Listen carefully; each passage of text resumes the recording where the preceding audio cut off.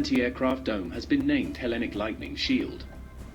The Hellenic armed forces will use mainly Israeli-made anti-aircraft systems, but there will also be the purchase of French Aster-30s and the refurbishment of American Patriots. The Aster-30 has a range of up to 120 kilometers and can provide air defense to all the islands of Greece. Greece has been in contact with the Israelis and has requested a bid for the Spider, Barak MX, David Sling and Spider all-in-one systems. It is to replace the Russian S-300, Tor M1 and OSA systems that do not cover future threats from the east. The heart of the Hellenic Lightning Shield, however, will be the Israeli systems that have been tested in real conditions with the Barak MX anti-aircraft system that will have a range of up to 150 kilometers gaining ground.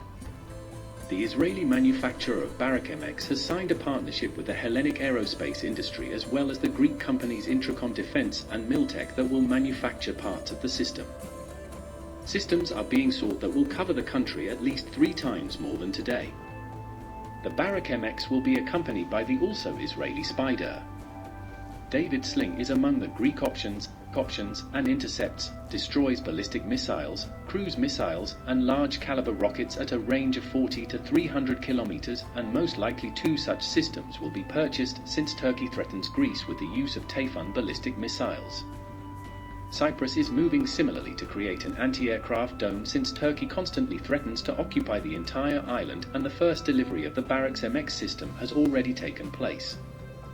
When Cyprus completes all parts of the system, it will be able to have a system that can cover a wide range of threats and intercept enemy warplanes and missiles.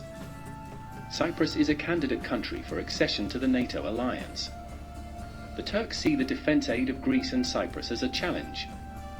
Of course, new radars will be installed, while Greece has already procured an Israeli passive attack anti-drone system.